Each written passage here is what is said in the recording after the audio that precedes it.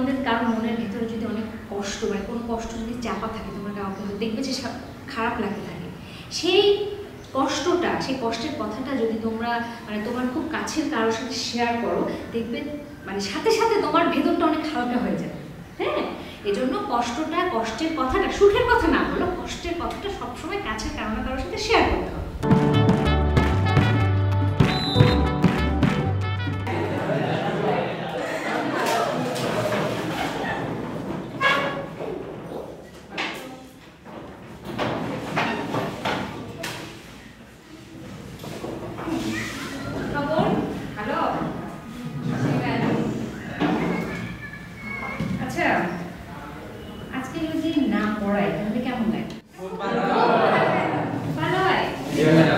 ঠিক আছে, প্রতিদিন তো পড়তেও ভালো লাগে না, নিশ্চয়ই পড়াতেও খুব ভালো লাগে না, তাই না?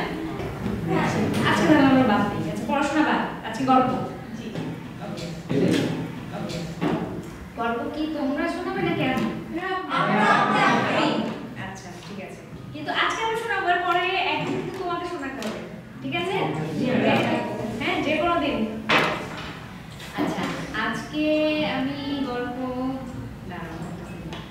আচ্ছা আজকে আমি যে গল্পটা বলবো, গল্পের নাম হচ্ছে রাজার গাধার কান।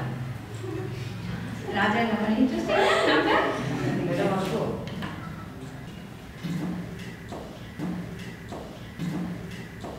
তো যে গল্পটা আমরা বলবো আজকে, মানে আমি যে গল্পটা বলবো, সেই গল্পটার নাম হচ্ছে রাজার গাধার কান।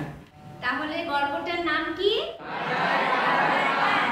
রাজার গাধার কান।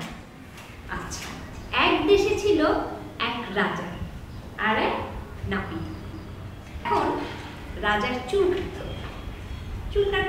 কাটতে হবে। এখন সবাই অস্থির হয়ে গেল, চারিদিকে রাজার যত পাই পেয়াদা সবাই যে সেই দেশে নাম করা একজন নাপিতকে ধরে নিয়েছে। ঠিক আছে, এখন হ্যাঁ নাপিত আসলো, রাজার চুল কাটতে হবে। এখন রাজা বললো, না আমি তো সবার সামনে বসে চুল কাটবো না, আমাকে ভেতরে নিয়ে যে চুল কাটতে হবে। ঠিক আছে, তারপর নাপিত সহ রাজাকে নিয়ে যাওয়া হলো ভেতরে, একদম অন্দরমহলে, রাজা যেখানে থাকে, কক্ষ থেকে কক্ষান্তরে নিয়ে গেল।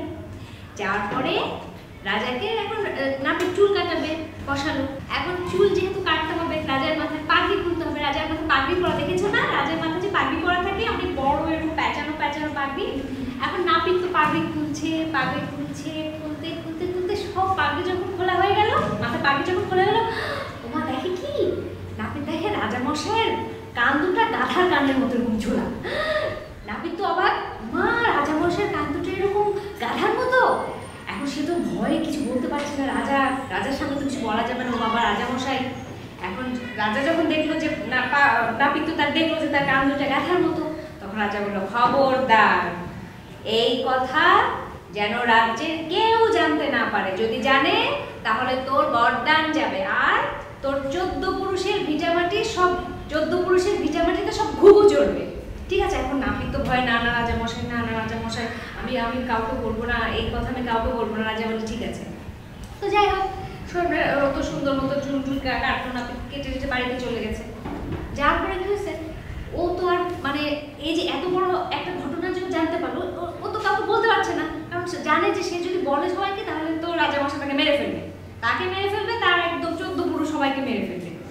এখন ও আস্তে দিন যায়, বাসায় কাউকে বলতে পারে না, ওর বউকে বলতে পারে না, ওর যে ছেলে মেয়ে আছে তাদেরকে বলতে পারে না, বন্ধু বান্ধবকে বলতে পারে না, ওর আশেপাশে প্রতিবেশী যারা আছে কাউকে বলতে পারে না। এখন ও যে বলতে পারছে না, এর জন্য ভিতরে অনেক কষ্ট হচ্ছে না, যে আমি এত বড় একটা কথা জানি, আমাদের রাজামশাই এরকম বলতে পারছি না। এখন ওর যে এরকম কষ্ট হচ্ছে, দিন যাচ্ছে, ওর ভিতরে যে কথাটা না বলতে পারার জন্য যে কষ্ট, এই কষ্টের জন্য আস্তে আস্তে অসুস্থ হতে থাকে। মানে কথাটা বলতে পারছে না, কারোর সাথে শেয়ার করতে পারছে না, আর ও অসুস্থ হতে থাকে। এরকম দিন যেতে যাচ্ছে, ও কাউকে বলতে পারছে না, ও বুঝতে পারছে না যে আমি এখন কি করবো, আমি তো কাউকে বলতে পারছি না আমার কথাটা। এখন একদিন ও অনেক দূরে চলে গেল একটা বনে। ঠিক আছে, অনেক দূরে একটা বনে, সেখানে চারদিকে অনেক বড় বড় গাছপালা, অনেক বিশাল গাছ, কেউ নাই, কোনো মানুষজন নেই। ঠিক আছে, ও যে কতগুলো গাছের সামনেও দাঁড়ায় বললো যে, হে গাছ, আমি এখন আমার মনের কতগুলো কথা বলবো, এই কথাগুলো তোমরা কাউকে কখনো বলো না। গাছ তো আর কথা বলতে পারবে না, গাছ তো আর বলতে পারবে না, ঠিক আছে? তখন ও সেই গাছের সামনে দাঁড়িয়ে চোখ বন্ধ করে যত রাজার যে মানে গাধার মতো গান যে ঘটনা সে জানে সে সব কথা তাকে বলে ফেললো গাছের সামনে, ঠিক আছে? বলে ফেলার পরে যখন ও দেখলো যে ও সব কথা বলা হয়ে গেল, ও দেখলো ওর না অনেক হালকা লাগছে ভিতরে, ঠিক আছে? মানে ওর খুব ভালো লাগছে, মনে হচ্ছে ওর বুক থেকে না অনেক বড় একটা পাথর মনে নেমে গেল। যে বলো এতদিন ওর যে কষ্ট ভিতরে, যে ও কাউকে বলতে পারছে না, ভিতরে যে খারাপ লাগছে, ওর যে অস্বস্তি লাগছে, ওর মনের ভিতরে যে চাপা এক ধরনের কষ্ট হচ্ছে, ও দেখলো যে যখন কথাটা বলতে পারলো ওর সমস্ত কষ্ট যেন হঠাৎ করে দূর হয়ে গেল, ঠিক আছে? তারপরে তো ও যে সব গল্প টল্প শেষ করে মনের সব মানে কষ্ট দূর করে বাসায় চলে আসলো। তারপর ও দেখা যাচ্ছে যে অসুস্থ হয়ে গেছিল না অনেক, আস্তে আস্তে আস্তে আস্তে আস্তে না আবার স্বাভাবিক জীবনযাপনে ফিরে আসলো। হ্যাঁ, ও আবার সবার সাথে স্বাভাবিকভাবে মিশতে পারছে, সবার সাথে কথা বলতে পারছে, স্বাভাবিক কাজকর্ম করতে পারছে, সব কিছু করতে পারছে। হ্যাঁ, এখন নাপিত তো ধীরে ধীরে সুস্থ হয়ে উঠলো। এখন ওই যে গাছগুলোর সামনে নাপিত যে তার মনের সমস্ত কথা খুলে বলে এসেছিল, সেই গাছগুলো কাটা হয়। মনের গাছ তো বিভিন্ন সময় কাটা হয়, আবার নতুন গাছ লাগানো হয়। সেই গাছ কেটে বাদ্যযন্ত্র বানানো হয়। সেই বাদ্যযন্ত্র যখন বিভিন্ন জায়গায় বিভিন্ন মানুষের কাছে পৌঁছে গেল, সেই বাদ্যযন্ত্রগুলো যখন বাজানো হতো না, তখন সেই বাদ্যযন্ত্রগুলো শুনে শুনে বলতে থাকলো, রাজার তো গাধার মতো গান, রাজার তো গাধার মতো গান। কেমন লাগলো গল্পটা তাহলে? ভালো লেগেছে? আচ্ছা, এই গল্পটা শোনার পর তোমাদের কি মনে হলো? মনে হলো না যে সত্য কখনো কিন্তু চাপা থাকে?